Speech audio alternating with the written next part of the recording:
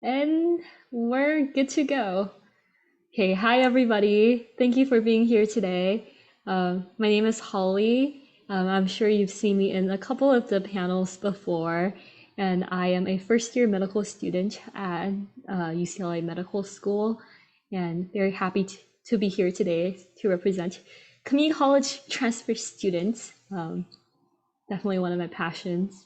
And I am so happy to be joined by my very good friend Charbel. And Charbel and I kind of went through UCLA in undergrad together as transfer students, and we benefited a lot from the resources that we received. Um, and now we want to give back as well. And Charbel, why don't you introduce yourself a little bit? Yeah, of course. Hey, everyone. So my name is Charbel. I am currently a first year medical student at Stanford. I went to community college in Orange County. I went to Orange Coast College. Did 3 years there. Actually, my first year was kind of messy. I didn't know what classes I was taking. And then after that, I transferred to UCLA, majored in biology. That's where me and Holly met. And then took a gap year after that. And yeah, now I'm in my first year during the pandemic. During the pandemic. Very nice. And you might see a QR code here. So Charbel and I, we had like this passion project towards the end of our fourth year at UCLA, and we made a little guide for transfer students, just kind of with from our experience, and it'll be like a lot of the more logistical stuff that you might be concerned about, and it can be like a good guide for you to refer to when you have doubts about your process. Great. And then without further ado, we'll do a very short presentation just about our journeys and some advice we have. But we want to have this panel's session today dedicated to answer all your questions, because I'm sure there's so many questions that you might have. And I know it's being recorded, so if you're not comfortable, I don't even know if you are able to speak directly, but please feel free to chat it, or I think even better to type it in the Q&A, and we'll answer them live. Yeah, we'll try to address all your questions today. Okay, yes, maybe I should have gotten to this slide when we were introducing ourselves. But I graduated from Riverside City College in 2017. My associates was technically in math and science, even though I didn't really know what I was doing.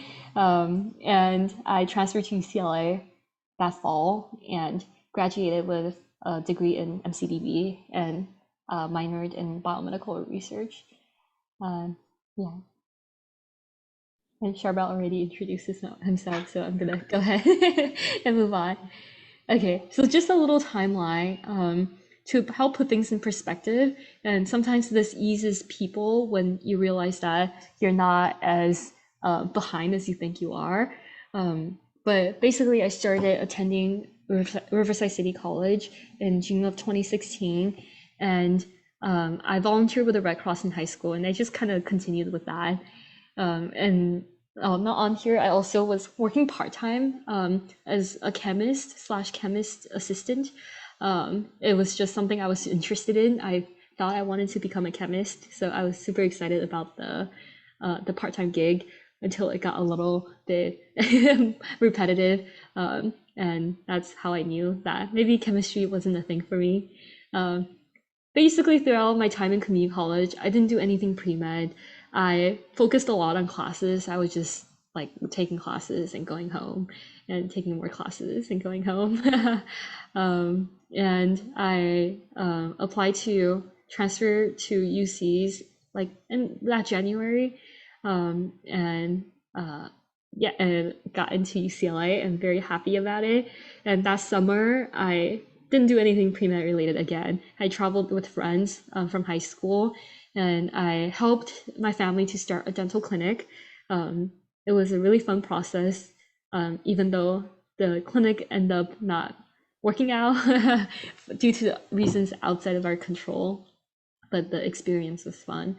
And September 2017, that's when I transferred to UCLA. And during community college, I took a cell bio class that made me realize that I'm really interested in like cell biology, more specifically cancer cell biology.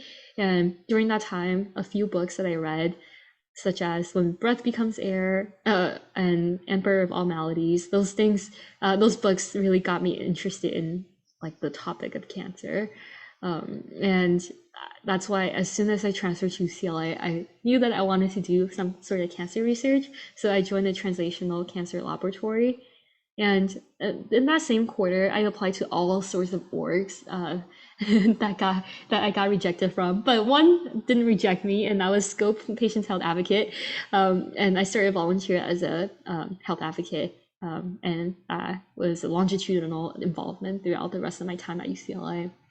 And I also joined the 3D printing club for fun because I remember during the club fair, I saw them with like cookie molds of people's faces, and I wanted to like make cookie molds of my family's faces. So I joined, but little did I know, I learned a lot more than just that, and it was a good experience. And yeah, as I stated, I got rejected from many other orgs that are not on here. So don't worry if you've been rejected to orgs before. UCLA orgs are no joke. It's very competitive. And in July, I barely survived the MCAT. I started taking the MCAT maybe towards the beginning of spring quarter of my junior year, but like because of all the other things going on, I barely I didn't really have time to focus on it and study well. And I had a not so healthy relationship with the MCAT, but in July I took it and I'm like, it's over, never looking at you again. And I took it earlier in July instead of taking the whole summer because I wanted to volunteer at a summer camp for kids who have or had cancer. In hindsight, maybe that wasn't the best decision, but I wouldn't have done it any other way because I loved my time of volunteering at the summer camp. And then senior year rolls around, I had the opportunity to become a transfer mentor. Highly, highly encourage you all to do it and to apply to do it because they not only helped me solidify friendships with other transfer students, it also gave me an opportunity to give back to a community that gave so much to me.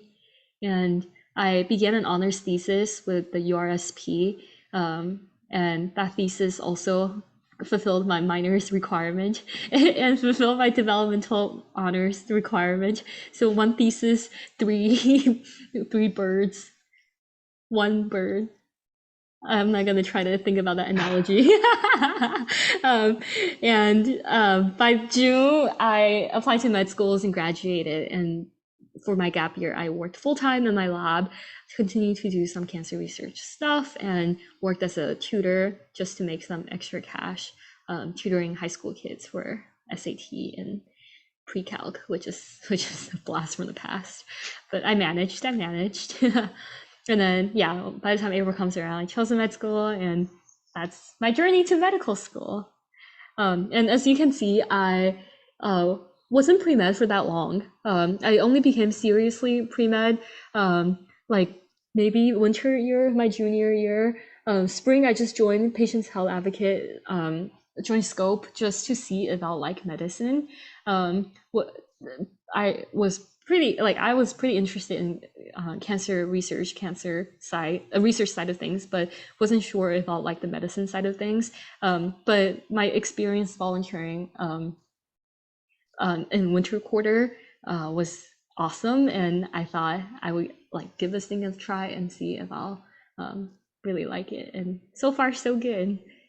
So if you feel like you haven't done much, don't worry, you're not alone. Our timelines are so short, and it's okay to not have many years of involvement as long as you have really high quality involvement and you really gave it your all with the time you have to invest in an organization or opportunity.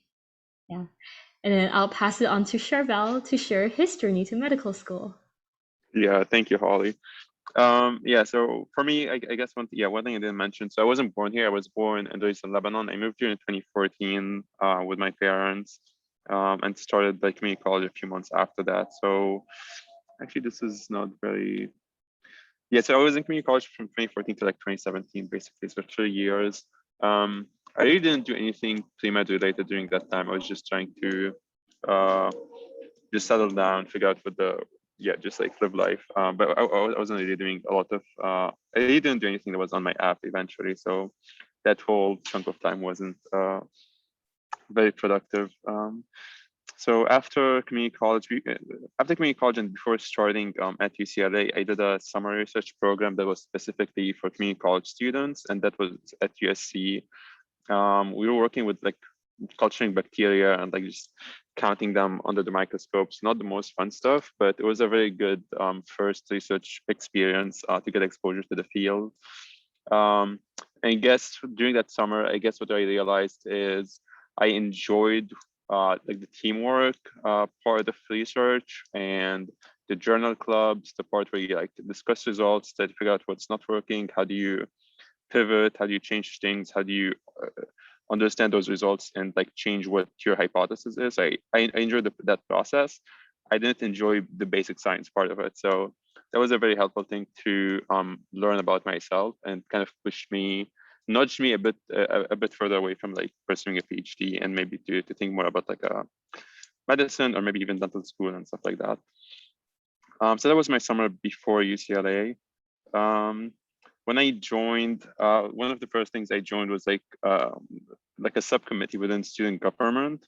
And that was a very interesting experience. I wasn't involved with student government in community college, but it was something I always wanted to just try and like play around with. So during student government was fun. I joined so there's like a subsection of student government that's specifically for transfer students.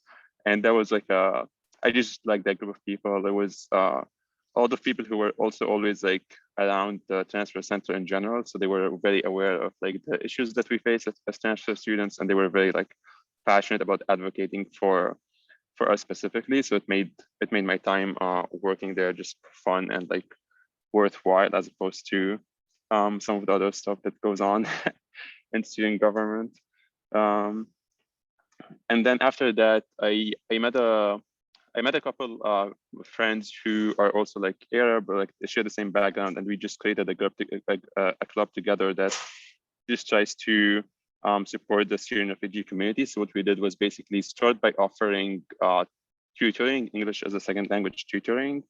And then after that, once we added like more families and more members, we added like more services. So we started offering tutoring for like high school students, help them with like college applications, things like that. So it just grew over time, but it was a good way to get engaged. And I guess the main, the way we got there was because a lot of the clubs at UCLA tend to be, I think their policies of like how they accept students doesn't work out well for transfer students, because a lot of them are set up in a way that apply 2-3 times and then you get in. But if you're a transfer student, you don't have that, like you have a much shorter timeline, so that doesn't really work for you. So that was a bit frustrating, which is why I joined student government, and which is how I ended up just starting a different club with some friends. But it's definitely something that we can change, and some people are working on changing. So if that's something you're passionate about, you can join student government and work with, I think it's a transfer student coalition or something like that. But they're very active in terms of trying to change those policies to make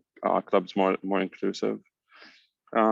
Besides those, I joined the biomedical research minor, which is also what Holly did as well.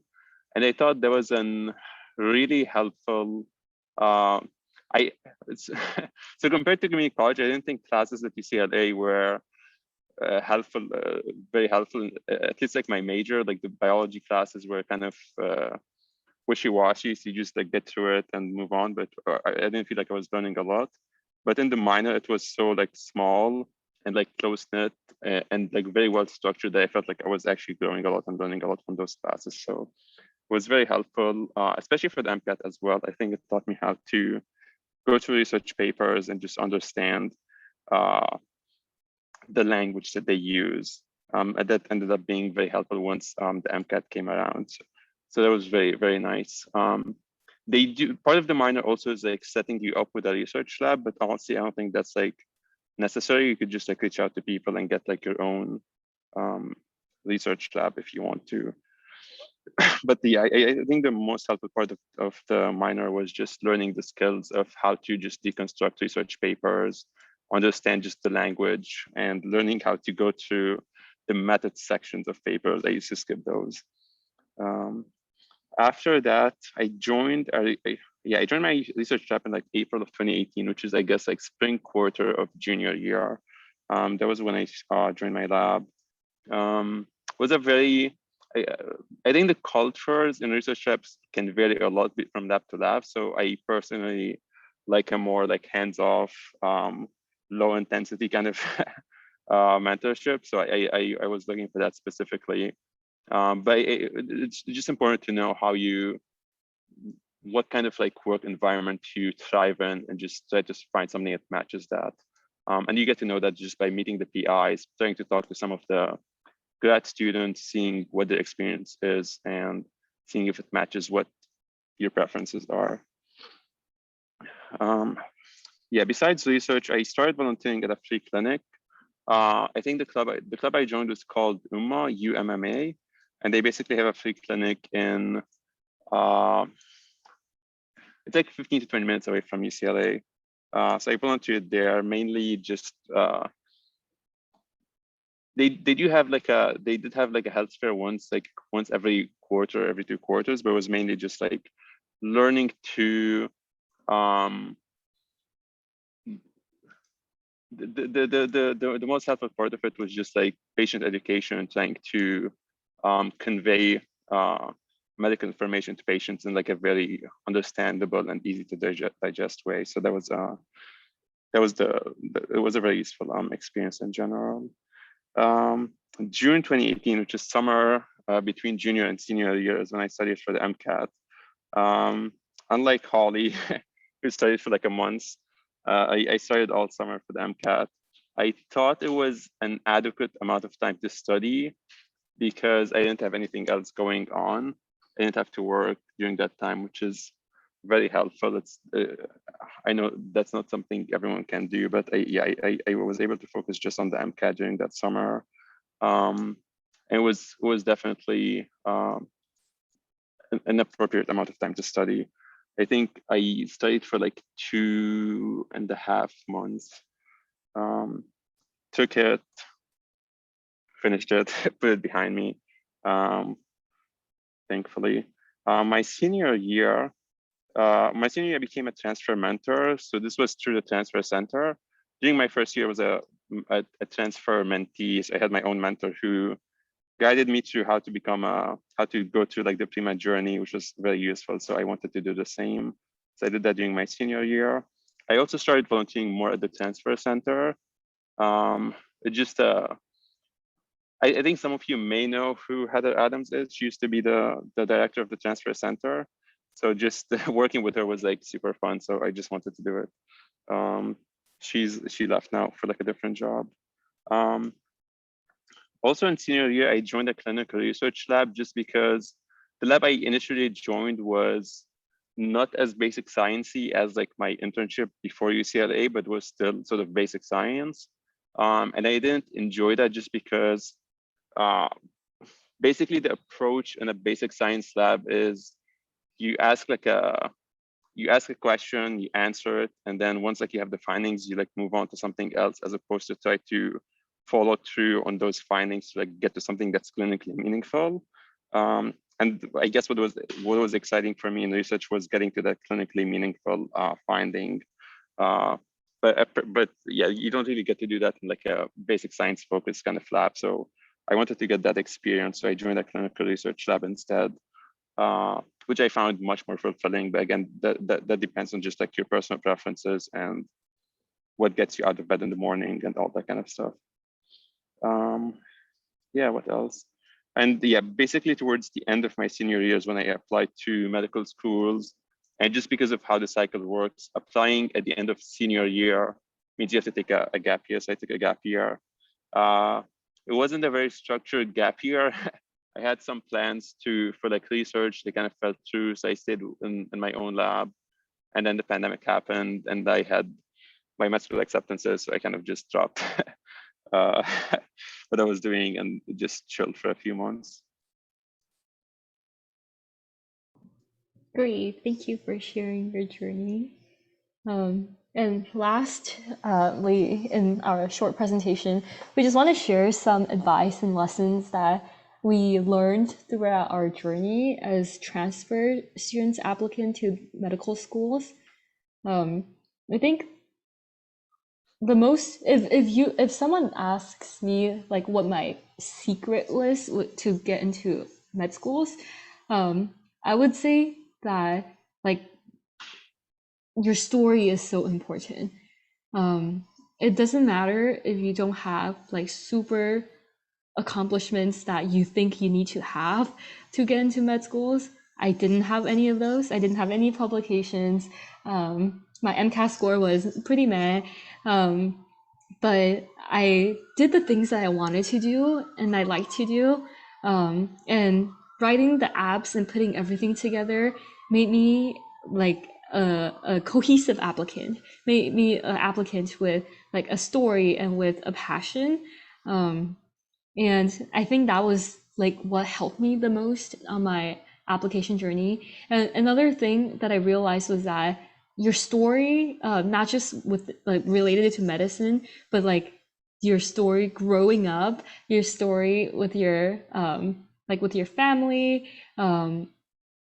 and all like your personal story is also so important on the application, and it really can help you shine, if you have gotten like if you have experiences like if you have if everyone has unique experiences, but you can present those experiences in your application, so it's definitely multifaceted, not just like this org that you're in and that other volunteering thing that you're doing. Yeah, and that's something that I didn't quite realize until I'm in the thick of applications and I had many opportunities to tell my story. Like a couple of the schools for their secondaries actually ask you to write an autobiography, like from when you were born to now, and yeah, and share your insights in your story. So that's something I learned. And something else both Charbel and I like cannot advocate enough for is the importance of mentors. We both had mentors that like significantly helped us in our journey. I had a transfer mentor and she helped me a lot just navigate through MCDB and classes and stuff like that. But I also had like a lab mentor who wrote so many letters of rec for me for different programs for med school. I had a mentor in community college who is my super big advocate. Also wrote a lot of letters for me for different programs, and also just always a pleasure to talk to and seek advice from. And mentorship outside of like formal relationships can be learning from your friends, learning from groups of people. Those are all forms of mentorship that can significantly help you on your journey. And then something else I also want to share is it's so important to figure out how to study, because you'll be studying for the rest of your life if you're going into this field. So starting early to invest in methods to study, not just like cramming last minute, it can help not just with the classes you're taking now, but also in the long run. Because you'll be constantly taking tests, you'll be constantly studying for things, be right now and beyond. So something good to really invest your time and effort in right now. And then I talked a little bit about narrative, and I think overall, just see the big picture. I know it's so easy to get bogged down by the minutia and think, oh, I have to go to this volunteering thing, and then I have to like watch a lecture, and then I have to like do this other thing, and like it just feels like that every single day. But if you look at the bigger picture and ask yourself, like, what is the kind of physician you want to be? But even broader, what is the kind of person you want to be? And then just kind of pursue opportunities to work on those things, and use them as opportunities to grow as a person, and less to like make your application look good. That really helped me feel like I'm not wasting my time or my efforts are not futile. Yeah, so I think seeing the big picture, it's really hard to do when you're in the thick of it, but like reflecting on what you're doing and thinking about the big picture helped me a lot throughout my journey as well. Yeah, and I'll let Charbel share his 2 cents. Yeah, I definitely agree with all of what Holly said. I think for me, once it came time to draft my application and start listing everything I've done and like all the things I was involved in and write it all out. Once I looked back at all of that, basically pretty much everything I've done at UCLA during that time was something was like an opportunity I learned about, like was encouraged to do by people around me. Like none of that stuff, none of the organizations I was part of, none of the research opportunities I was involved in, like were things that I just like sort of found on my own. It was always like it was always a nudge by someone to, hey, look at this, or like, hey, come do this with me and stuff like that. So I think looking back, I was just very grateful for like just the people I stumbled upon, and yeah, and crossed paths with. I don't think I would have been as productive or like done as many things if I had not found those people. So it's very important to find your group of people. And I think it's much easier to do at UCLA as a transfer student than at other UCs, just because we have such a large community at UCLA. I think 30 to 40% of students are like community college transfer students. So there's definitely a lot of us there. Um, there's resources there for students, maybe not because UCLA wanted to give those resources, but because there's been people for like the past 10, 15 years who have been advocating aggressively to create a space for transfer students, create the resources needed. So definitely take advantage of that. Use the transfer center. I know now things are different because of COVID, but hopefully you guys get to experience it once, maybe in the fall, once everything opens up again. It's very, very helpful to get you connected and get you off the ground and just starting to get connected to different opportunities available. So just, yeah, just try to be mindful about that and just be proactive about surrounding yourself with people who will like build you up, as opposed to some of the other like premed toxic culture we hear about. Um, Another thing that's important, I mean, that's like more important closer to when like you're ready to apply, but and I think in retrospect it would be it would have been helpful to like think about this early on. So that's why I guess I included in this. But try to figure out what is your elevator pitch, and an elevator pitch is basically if you had like 2 minutes to tell your story to someone, what would that be, right? Like, why are you pursuing medicine? So try to figure that out. It's not always clear to us, and it takes like a lot of like time of thinking and just reflecting and looking back at like what you enjoy and like what you're involved in to figure that out. But the sooner you do, the easier it will be for you to go through the med school application process and to go through the interviews and all of that stuff. So it's basically similar to what Holly was talking about with like your narrative, right? Like you don't have to basically check every box that's on the pre-med journey. You just have to check enough boxes that fit together into something that makes sense to you and to others. As long as you have a narrative and as long as you have things that flow together, that's going to be very helpful in terms of helping you stand out and just show why like you should get that spot. Developing balance. uh, Pretty difficult, but the sooner you figure this out, the better. I'm a very unorganized person and my life is very unstructured, which is not very helpful. So I try to surround myself with people who have their life together, like Holly, and that tends to help. Um, but yeah, definitely, it's not the kind of thing you want to push back until like once I'm in med school, then I'll figure this out, because you won't have the time in med school. So try to figure this out as soon as possible. Definitely very helpful.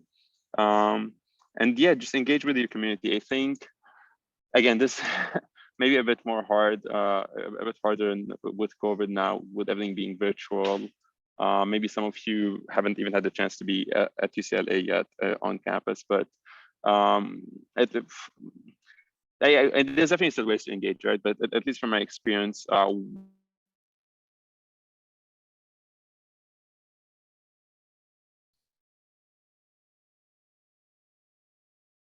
transfer center, I got plugged in with like other transfer students, other students who are like from my cultural background. That was very helpful as well. Um, So just yeah, just try to find your community. It doesn't have to be physically. You could do it like virtually. But yeah, the sooner you do that too, it's gonna help you just be more resilient. It's gonna help you. It's gonna make everything like easier and faster for you. So yeah. Awesome. And yeah, that's it to our presentation. We put our emails here in case you want to reach out to us. And again, here's the QR code for the little guide that we wrote. And it could answer a lot of the questions that you might have. But now we're gonna transition to a Q&A. We have one question so far. Okay, so the question is, any tips for students who transferred during the pandemic and almost all opportunities were canceled? It's difficult. It's difficult, but I think there are creative ways to get opportunities, and some opportunities might be even more accessible now than ever before. Um, so, for example, if you're seeking clinical opportunities, I know that clubs are still recruiting, even though they're doing more remote kind of work. But joining those organizations is still a good thing to do because you're still involved with some sort of clinical work. And when things resume, you'll be able to actually get in the clinic and see how things are run. But right now, one thing that has never been here before as easily is vaccination clinics. So I do know that a lot of vaccination clinics in LA are in need of volunteers to help whether it's the clinical aspects of things like the actual administration, if they're willing to provide you the training for it, or just like helping mix vaccines, prepare needles, talking to patients, manage traffic flow, observe people and see if they have any signs during the observation period. Those are I think vaccination clinics is a great opportunity for pre-meds to be involved in right now. Charbel, any thoughts? Yeah, I guess the first thing to acknowledge is that everyone's going through the same thing, right? So I wouldn't put too much pressure on like needing to be very active and very productive during this time. And I think like once like basically all your peers are in the same position, right? So like when you're applying to med school, it's not like you're going to be the only person with like a 1 year gap of like not doing much because I mean pretty much everything's shut down. Yeah, COVID vaccination clinics is great. I think with that you just I mean it depends on like how comfortable you are being around other people, right? If you're living at home with your parents, maybe that's not really possible. But yeah, if you're comfortable with that, it's definitely a great opportunity. But I think the biggest opportunity is to do things that can be done virtually, right? So like I'm in a clinical research lab now here at Stanford, right? And we have like a bunch of like undergrads who are volunteering who like don't even go here. And that's like an advantage of the pandemic because our lab meetings now are all virtual, so you could like join in from anywhere, right? So for clinical research labs where you're just like crunching numbers, maybe doing lit reviews and stuff like that, it's very possible to do that stuff virtually. So I wouldn't say it's that opportunity is gone. Basic science research, yeah, that's much harder to get now just because of the pandemic. So try to go for like virtual opportunities. Another thing you can do now is to just work on developing skills during this time so that when things go back to normal, you can use those skills. So I know someone who's like doing his EMT certification right now. You could learn like like basic coding to do like statistical analysis during this time so that you can use those skills in the future. But yeah, it's definitely like don't feel pressure to do things, but it's definitely possible to engage either virtually or like with things related to COVID, depending on how comfortable you are being, yeah, just out and about. Yeah, and I'm sure there are opportunities we haven't mentioned that might be out there. Um, yeah, I think things are tutoring as well. I think there's a big boom of online tutoring. So if you're into teaching, this could be a good opportunity for you to just join org or get a part-time job doing teaching, and you can reach out to. You might be in connection with students from all over the map instead of just within UCLA, which I think is super cool given the pandemic.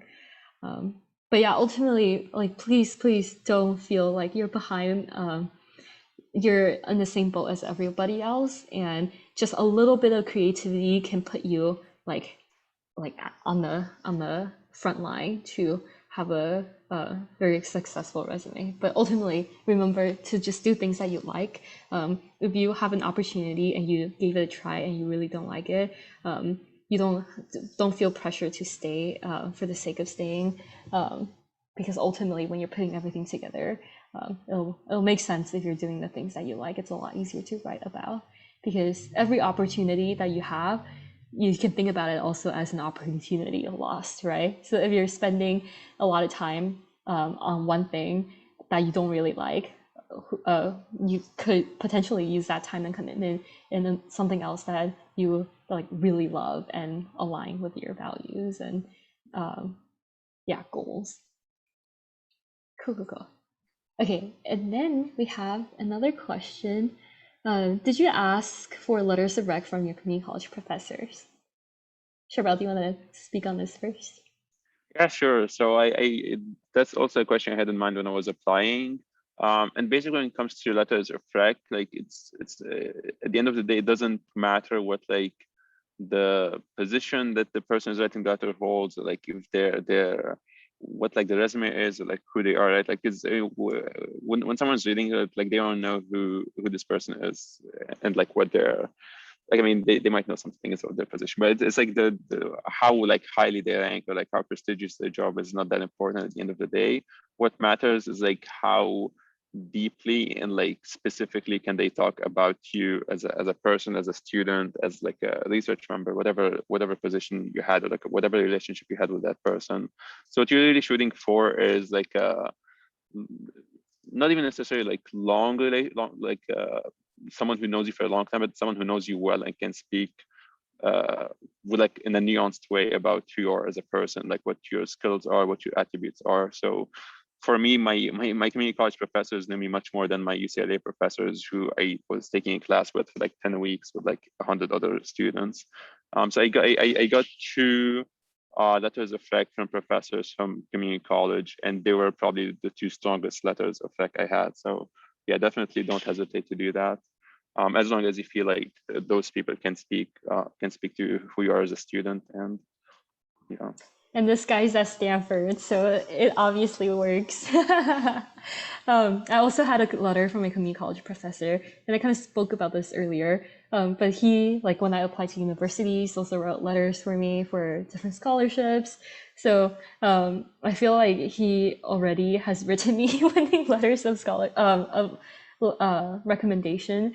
Um, and I thought that he really knew me from the beginning stages of how my interest for sciences grew, and he was instrumental in helping me like learn how to study, how to ask questions, how to develop that critical mind.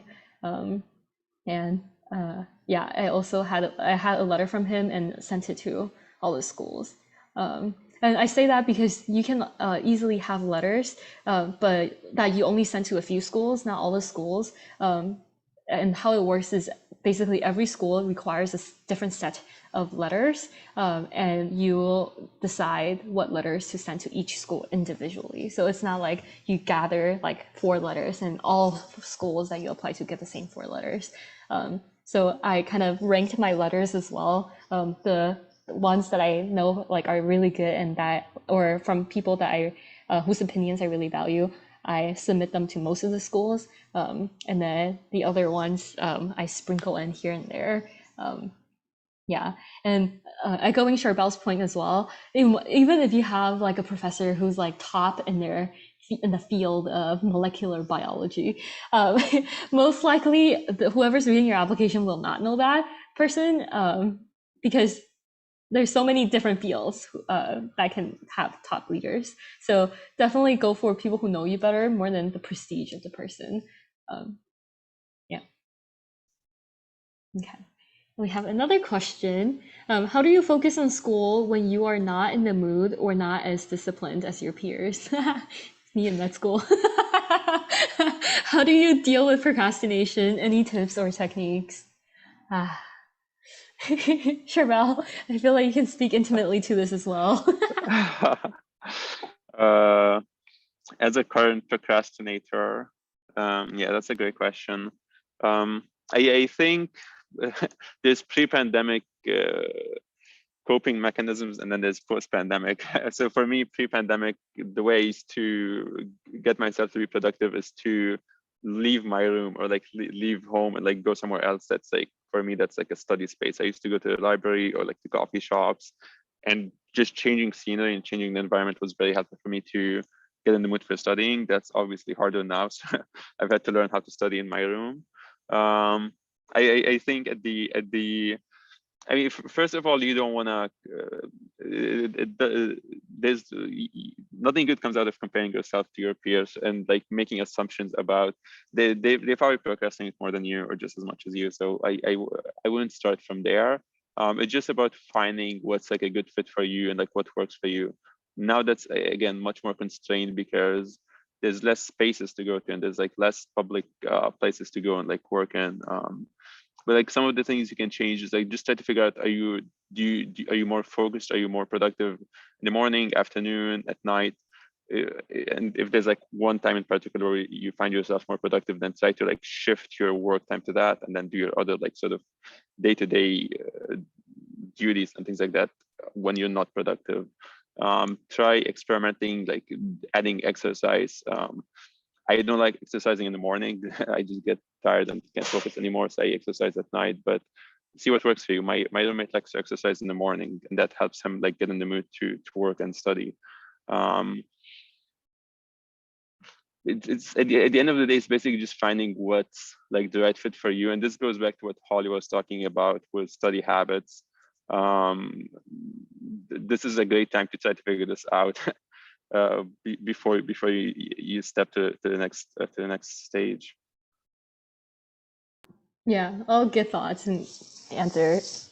Um, for me, like a specific technique that I use is to break down tasks into very, very small parts. Um, and I have a to-do list, and I realized from experience that if I just put like, I don't know, like study the brainstem, for example, um, it's like huge and not manageable and it's scary and I don't want to tackle it. But if I say something like, watch this 10-minute YouTube video on the brainstem, and then another one is read like this page of the textbook, and another task, take this 5-question quiz about this topic, and like really break down to very manageable small chunks, often, and only telling myself to have to do one of those things, oftentimes ended up being me fulfilling like a task after another, and ultimately being more than what would have resulted if I just gave myself like one big task to do. That's one thing that I do. And then another thing that I do to not be as hard on myself when I don't fulfill all the things that I want to do is every day, on the top of the to-do list, I put like the must do of the day or like the key of the day. And as long as I complete that one task, then I am very happy and my day was successful, and was great. So that really helped me focus on getting that one task done, and being happy just to get that one task done. So not only does it help me with like my mental health and not being hard on myself, but it also like keeps me going, right? Like I just have one task to do every day, basically. And oftentimes when not, again, like I finish that one task, I feel happy, and now I can finish the small little other tasks that I have for myself on that day.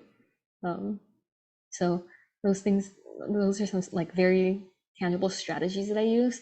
But ultimately, I think again, like Charbel said, don't compare yourself to other people. Just because we all have different circumstances, and again, what you see in other people, how they present, is likely not the full picture. Like I may look put together to another person, but only I know the best I am. Watching like a 3 hour long YouTube video instead of watching lectures in broad daylight. But it's okay. You need to take breaks. And I know all of us who are pre-meds or in medicine, we definitely give ourselves too much work and or we tend to be pretty harsh on ourselves. So learning how to self-care and celebrate the little wins in life really has been beneficial to my mental health and to keep me going on days that I just don't want to do anything. And if you have those days, it's okay. You don't have to do anything. I allow you to not do anything. And please allow yourself to not do anything either.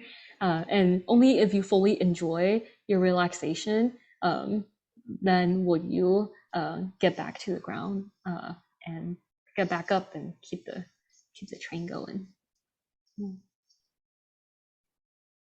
Okay.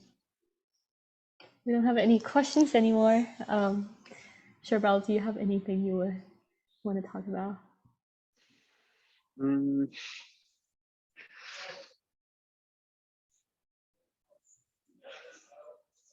I wish I can interact with our audience to see kind of their background. Oh wait, there's the chat. For those who are here, if you want to put in the chat just like what year you are,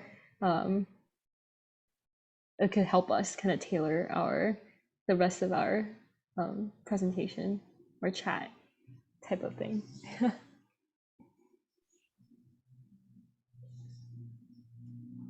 Oh, we have a current community college student. That's great. oh,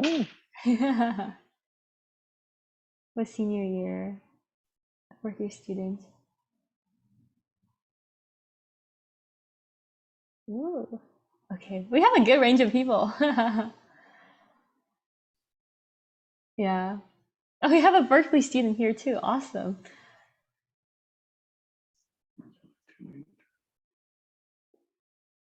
Ah, very cool. Cool. I guess Charbel, what would be your biggest tips for students who are currently in community college who are interested in medicine? I think probably would be to just shadow broadly. Um, I didn't shadow until like very late, and basically, I mean, first there's like value in just shadowing in general. It's gonna help you figure out if this is something you want to do, and then if you like enjoy the shadowing experience, it's gonna give you. It's just gonna make it so that much easier to actually like put in the work needed to get through community college, and then afterwards whatever school you transfer to. But it's also going to help you like figure out what field within medicine do you vibe more with. And that's something I'm still trying to figure out until now. So I think looking back, that's one thing I wish I had done. And I think when I was in community college, I thought I have to wait until I'm at a place like UCLA, and then where they have a big hospital and I can shadow there to learn more about the different fields. But that's actually like a misconception. I think it's much more valuable to shadow. You get much more out of the experience if you shadow at like a local, like smallish hospital, because there's like less bureaucracy there and there's like less rules in place. So you get to see more and do more and learn more in the process. So I think that would be one of the more helpful things to do. Maybe now with COVID it's harder, so I'm not sure how that would work. So if not that, maybe just try to learn a skill that you can use in the future to help. I'm saying this because I'm trying to learn stats now.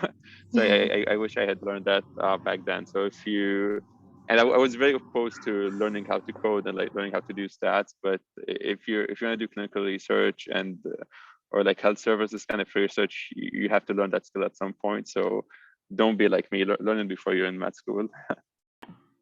All good advice. One other thing I want to add is that I listen to a lot of podcasts about medicine, and those gave me a good idea of what different fields are like, and what medicine as a field is like. And I feel like I didn't have a lot of clinical experience. I just had that one organization that I joined at UCLA as my clinical experience and nothing else. And I was still able to speak about this field in a very realistic way because I feel like I got a lot of like exposure through listening to podcasts. And this can be a very easy way for you to kind of familiarize yourself during the pandemic. So some podcasts, Rex, the undifferentiated medical student is something that Charbel and I like. It's one that we like. I also love the Nocturnist. Talks about very vivid stories from doctors and followed by a very insightful interview.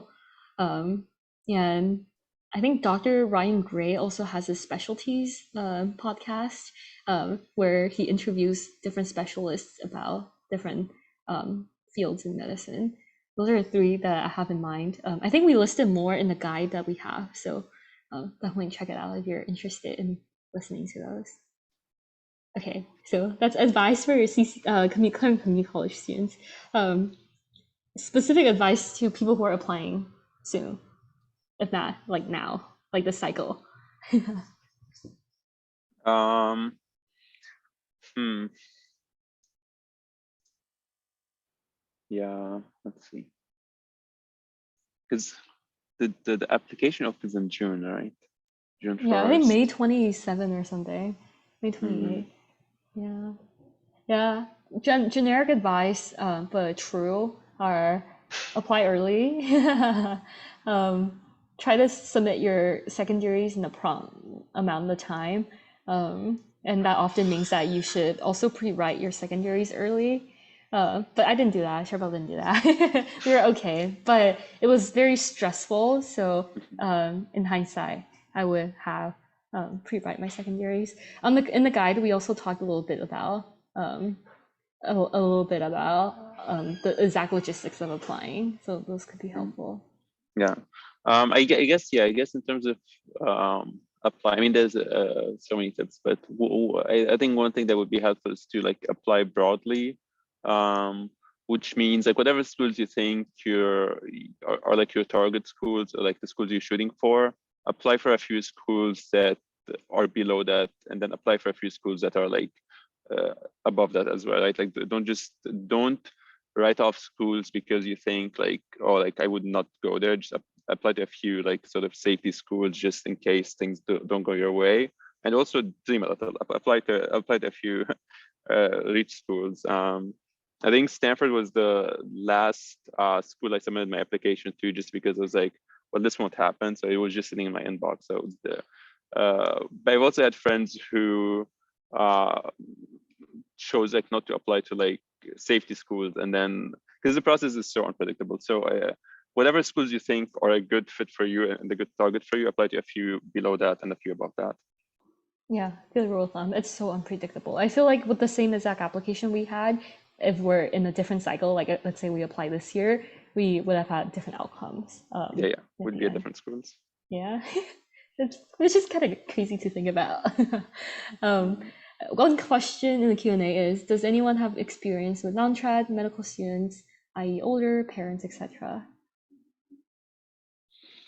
Yes, I mean, during my time at UCLA, I don't think like my group of friends were all like traditional students. I mean, we're all transfer students, so we're all traditional. But now that I'm in med school, I mean, we have 5 to 10% of our class are like older students. Like we have a few students who like have children who are like teenagers now. We have a bunch of people who are like career changers. Like we decided on med school pretty late on. Again, I think this is very similar to like being a transfer student. Like this won't be something that hurts you. It's as long as you pitch it well and like you show like the value of like your life experience, which is a lot. Like it's very valuable as long as you just show it and like show what you've learned during that time. I think it's actually going to be something that helps you stand out. So yeah, I wouldn't try to hide it or like ignore it or like just don't mention it. Use it. Like that's what's going to help you stand out. So just whatever life experiences and skills and knowledge you've acquired during that time before you get to the stage, like show that, be proud of it, and show it. Yeah, agree. A lot of my classmates are also non-trads, and they have the best stories, and they have, and I think we have a pretty good amount of non-trad students, and definitely out of proportion compared to the non-trad applicants, I feel, based on very non-scientifically backed, non-data backed intuition and feeling. So I would say like non-trad actually is an advantage that you have, to make you again stand out and be a unique applicant. Okay, and then we can answer probably this one last question. Did your study habits change when transitioning from a CC to a 4-year? If so, how? Hmm.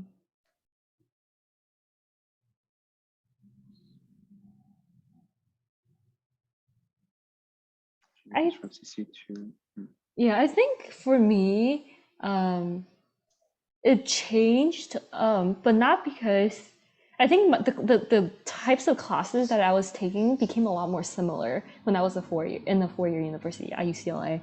When I was in community college, like y'all, like I had to take math, I had to take physics, and like to study for those classes is a lot more different than to study for like biology type of classes, which were the kinds of classes that I was taking in a 4-year. But I think it was only during college that I realized the secrets of studying, like being to study actively instead of passively, to do a bunch of practice questions instead of just staring at your textbook and highlighting. Those little techniques and stuff, I think I was practicing a lot more when I transitioned into a 4-year university as I like learned them. Yeah. Yeah, I think I guess for me, when I was in community college, yeah, like school was like a small part of my life. So I wasn't committed to pre-med yet. I wasn't involved in like extracurriculars. I wasn't taking a hectic schedule either at community college. So like it was pretty chill. I think the main difference for me when I was at UCLA and I had committed to uh, being pre-med and started getting involved in like research labs and all these extracurriculars, it forced me to be more efficient with my time, which I'm still working on. But I think that was the main difference is like I had so much time when I was in community college that I could afford to be non-efficient and not have the best study habits and like be lazy and like waste time here and there. But I think especially my first year at UCLA, when I was taking like biochem and like some of the other like physiology, I had to just learn to be more efficient because otherwise I would have fallen behind. So yeah. Especially more true in med school. I feel like I had to like amp up my studying strategies as well to be as efficient as I can, or else in the beginning of school I like felt perpetually behind. Actually, I still feel behind all the time. It never ends really. Yeah. Um, okay, and I think we're at time. Thank you everybody for being here today. We enjoy sharing a little bit about ourselves, sharing our guide, some 2 cents that we have. But remember that your journey is your journey, and your journey is the best journey. So don't feel the need to compare yourself to our journeys. We're simply sharing to show that like starting pre-med late is okay, to give you some idea of what like we did, which got us to medical schools, and we hope that this session was very helpful.